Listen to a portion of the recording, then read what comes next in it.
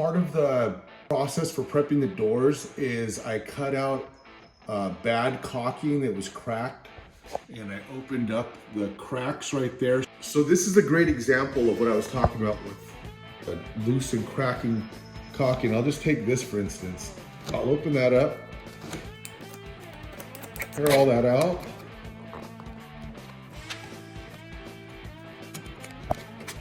And what I'll do is I'll caulk that. Make sure it's all clean. Same thing here. There, it's cleaned out. Same thing here. Open that up. Because all that's loose. You see how loose that came? That came off really easy. And now we're good. Make sure there's no lifting edges. It's nice and scraped down smooth. This has already been sanded. So what I'll do is caulk it. Then I'll caulk it here. And that's it. I'll make sure there's no edges on it.